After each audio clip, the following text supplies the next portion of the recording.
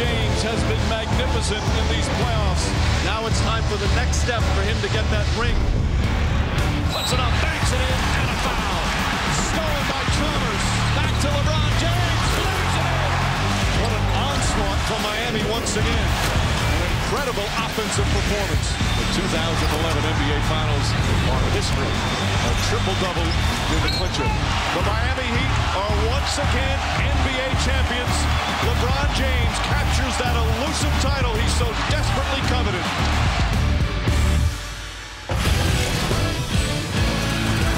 And now the Heat will try to repeat in 2012-13. Hello again, basketball fans, and welcome to the Miami Heat team preview on NBA TV. I'm Rick Campbell with Dennis Scott and Rick Mahorn. And gentlemen, the King finally got his ring, and he's going to be looking for another one this year. Maybe one more, two more, three more. He's at peace now, at ease. I look for more great basketball to come.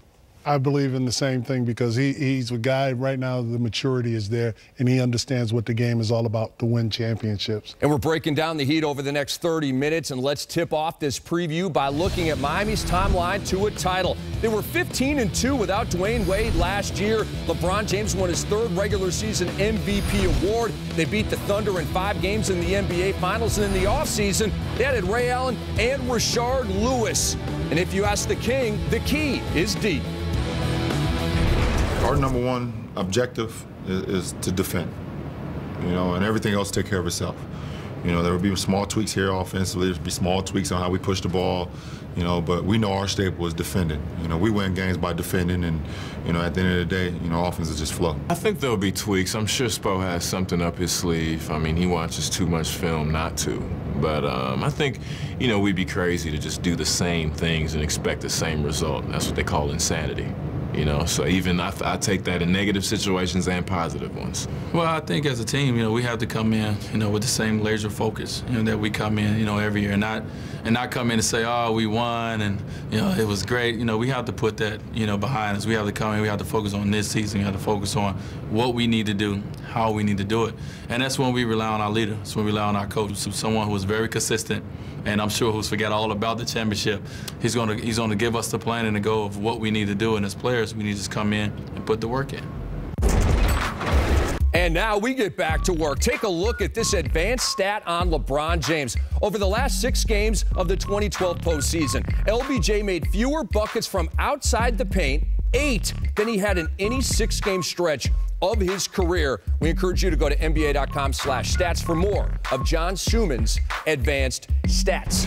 All right, so LeBron James has been quoted in the offseason as saying that he will spend most of his time in the paint this season. Rick and Dennis, is that bad news for the rest of the NBA? That's terrible news for the rest of the NBA. When LeBron James finally realized that if you live in the paint and stay in attack mode, that phrase we used so much during the playoffs last year, talking about the Miami Heat, D-Wade and LeBron. When he does that, it puts so much pressure on the defense. Now he can go back being his natural giving self, passing the basketball, because now he's getting double teamed. So I look for him to be in attack mode and live in the paint. A lot of times people say that they didn't have a strong post-up player, but he is a strong post-up player. 6'8", 260, whatever he is. He's all power and muscle, strong in the paint, can finish. I always thought when he was in Cleveland at that time, he should have played the 4 position, but he's so multi-talented in different positions, so it's going to be difficult for defensive teams to stop him. So, Rick, now that LeBron has the title, is the pressure off of him at least a little bit? And does it become easier to maybe win another ring this year? No, it never becomes easy to repeat his championship. The bullseye is right on your back, and I tell you, every night someone's going to use that as a gauge to make them a better team. When you see the championship, everybody wants that's their championship. So the teams like the other teams in the league are trying to do it. I love LeBron's leadership, and when you look at a lot of our great players in our league, when they get a taste of winning, they want more of it. They don't get satisfied. So to have your leader understanding that I need to play better. I'm an MVP, but let me get MVP again. Let me take my team to 3 finals in a row. That's what keeps me as a motivated basketball player. During the finals last year, Eric Spoelstra said the great ones never get comfortable. That's right. And that's true of LeBron James and Wade and Bosh and all the guys on the Heat. They're coming back for more. And Dennis, I want to know, are you concerned about LeBron James wearing down? Back-to-back long runs in the NBA season, back-to-back trips to the finals, spent a golden summer with USA Basketball this past summer. He's played a lot of ball over the last 2 years. Does that worry you at all? Not at all. because he's mature now. He understands how to take care of his body, and he's playing with two future Hall of Famers in D. Wade and Bosh. Then you have Mike Miller and the rest of those guys. He has a strong support system, so he doesn't have to go out there and try to get 30 every night. Be in attack mode, live in the paint, and then feed off your teammates. You know, when I see LeBron James, he's still young. He's still a young man. Got in this league when he was 18. He's still young. He can play basketball all day, every day. I think he would love to play 40 minutes a night, but it's not possible, especially in this league, because everybody's coming at you. The physical pounding that you endure during the season, you're going to need rest, and Coach Spoelstra is going to do that, make sure, hey, he may sit a couple of games. You never know. But with that talented base they have right now with Ray Allen and also Rashard Lewis, that's going to help them out tremendously. That's right. It's 82 this year, not 66. Right. And LeBron James has one ring. And so does Ray Allen, circa the 2008 Boston Celtics. And now the two will join forces in pursuit of another ring. Ray left money on the table to sign with the Heat as a free agent in the offseason. And let's listen to the 37-year-old future Hall of Famer on why he took his talents to South Beach. Playing style suited, you know, kind of who I've been most of my life, you know, playing an up-tempo offense, you know, being able to inject myself into what they're doing and, you know, have guys create for me as well as I create for them. So, you know, it was, you know, once the opportunity came up, it was like, hey, this might be a good fit for me moving forward. Ray Allen had ankle surgery in the offseason, and he recently told Ira Winderman of the South Florida Sun-Sentinel the issue likely would be ongoing. Does that concern you at all, Rick Mahorn? Oh, yes, it does. I mean, he's an older veteran player, and I tell you, you know, the wear and tear. He's going to have to really pace himself to get back into the groove of the things to make him that champion caliber again. But his work ethic is always going to keep him that positive and that sharp. It's all about the mental preparation for him. Ray Allen always stays in shape. I think he'll be okay because we're not looking for Ray Allen to play 35 minutes anymore. We're looking for a guy to come in, give you 15, 18 minutes, stretch the defense so you know when D-Wade or LeBron penetrates, you have another shooter spot up ready to knock down shots. Let's not forget, he's a great locker room guy as well. So when you go into a winning team, you've already got a ring on your finger, you know how to be a good teammate as well. Welcome to the 2012 NBA Finals. Wade throws it down. Wade's been terrific. Keeps it alive. Wade, drive, reverse, and one. Wade with the pretty spin move. What a play from Dwayne Wade. The Miami Heat are once again NBA champions.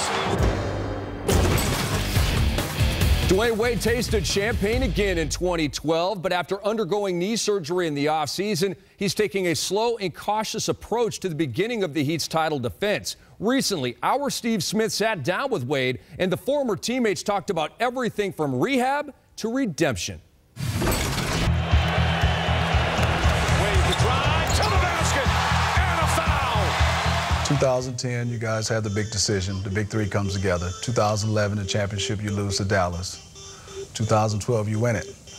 Now we go into this 2013 season. You know what the critics are going to say, can they repeat? Tell me why the Miami Heat will repeat. Oh, I don't. If I knew that, I wouldn't be sitting here with you right now. I wouldn't be playing basketball. But what I do believe in for us is that we're continuing to grow together. We've only been together 2 years, you know, and I think our continuity is going to continue to get stronger. We added some great pieces to our team with Ray Allen and Rashard Lewis. Is going to help us tremendously and open up the floor, especially with the way we like to play the game. It's going to be great, but the biggest thing, and you know this, is how healthy can we stay? You know, if we can stay healthy without any major injuries throughout the year, we'll give ourselves a chance to really compete for another championship. How is the knee? The knee's good, you know, the process of rehab and getting back comfortable with everything. But, you know, my goal is to make sure that I'm as good as I can be October 30th. You know, if I can start the season off, I'm on the right foot, and I will get stronger as the year goes on. A lot of pressure was on you guys, the big three, obviously, but there was a lot of pressure on Coach Spo. Talk about your relationship with him and also being able to win a championship with Coach Spo. Yeah, I mean, he got thrown into the fire kind of quick. I don't know if he expected it to be this hot. And I think he did a very good job. I thought he came back this year and he really became a good head coach for this team because he really got, you know, some coaches, especially when they're young, they want to control everything and everything has to be their way. I thought he did a great job of coming in and listening to the guys, to this team, you know, to the veteran guys who's done it before, you know, at least accepting the input from us and really, you know, just being a little bit more freer, you know, and taking the shackles off in a sense for us and just letting us play a little bit. He kind of wanted that. So, you know, for the team wanted to play for him, you know, and the team was excited that, you know, to have him as our leader in a sense. And we saw him grow, you know, throughout the playoffs and make adjustments and do different things. And she was like, you know what, you know, he got an opportunity to go down as one of the greats. 2,561, and that is the NBA record. You've been battling Ray Allen throughout your career, especially the Miami Heat versus Boston. You add Ray Allen. How's that going to change this team, and how's that going to help the Miami Heat and Dwayne Wade by bringing in a Ray Allen? Well, I don't have to chase Ray Allen around no more. I mean, I got some other guys to chase, but, you know, Ray is a tough cover. And even if he's only shooting 9 shots throughout the whole game, you have to cover him every possession he's on the floor. You never can sleep on Ray Allen. I mean, he might not even be an offense, but they might run him that way, and you got to chase him. You know how that is. So I think he's just going to help us up because the awareness always got to be on Ray Allen at all times. So it just gives us another dynamic when we're on the floor to be able to have not only someone who will score the ball, you know, someone that we can learn from as a veteran, but also, you know, the best shooter that this game has ever seen, and you can't really leave him. Look out, here comes James. Now, LeBron, he had a phenomenal year.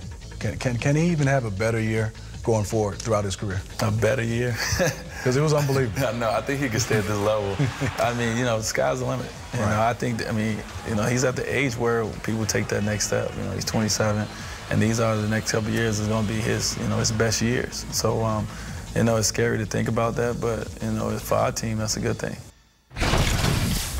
All right, gentlemen, Coach Spo recently told the Miami Herald that Wade could average only 33 minutes per game this season and that he may be given random nights off. Dennis, what does that tell you about the 2006 Finals MVP? Well, it lets you know that Coach Spo's taking the page out of Popovich's book of resting my stars, having them ready for the long haul of the season, and now having a deeper bench, you can take that, you know, risk, if you will, bringing in Ray Allen and Rashard Lewis. And D-Wade understands now that health is the key. You got to have all your horses healthy at the right time so you can make that push to try to repeat.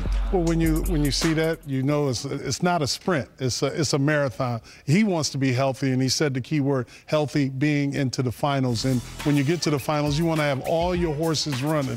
With Ray Allen and Rashard Lewis, they're just excellent pickups for him because they can relieve that extra time. And after missing a few weeks of last year's playoffs with an ab strain, Chris Bosh returned to the starting lineup at the center position for Game 2 of the Finals against OKC, and the Heat ripped off 4 straight wins after they made that lineup switch. Now, Bosh said recently that he's 100% healthy from that ab strain. He's good to go, and he's back at center again this year for the Miami Heat. Rick and then Dennis. Rick, you first. What are the pros and cons of Bosh at center? Well, when you have the pros are his versatility. Now, big guys going to have to come off the bench, come off the box. They can't protect the basket like they normally would. But then on the cons, it's on the defensive end where he's going to get worn down because it's bigger guys like, you know, with the Dwight Howards, the Bynums, those people he meet up every night. Those guys are going to really wear him down. So he's going to have to be cautious on the defensive end. Well, I'm very happy for Chris because we know most of his career he was like, get me off that center position. I think he understands now that's what helps your team get over the hump and win a championship. Now being that trailer on the secondary break, you can stop and hit that three. Coach Spoke is giving you that freedom. On the defensive end, if you're going against Bynum or Dwight Howard, I look for him to double team more and give him some help so it don't wear him down. But just the fact that you've bought in, you're listening to Coach Spo to play the center position, watch out centers around the NBA. And DZ and Rick, Battier was so big in the starting lineup for the Heat last year. Is that a good long-term approach for them? I mean, it's one thing in a single playoff matchup scenario, but is that going to work out throughout the course of the regular season? Well, I thought Coach Spo did an excellent job mixing that up. Shane Battier started some, then Mike Miller got healthy, then he started some. They have that flexibility, and now with, once again, Ray Allen and Rashard Lewis into the mix. As a coach, you can say, well, let's go with these group of guys, let's go with these group of guys. Keeping guys healthy is going to be the key all year long, though. It's called sacrifice. Each guy individually are sacrificing themselves to make the betterment of the team. All right, guys, we got to split for a bit, but when we return, we're going to take to the court right behind us to break down the Miami Heat's stingy defense. Dennis, watch out for those bows from Rick. Ow!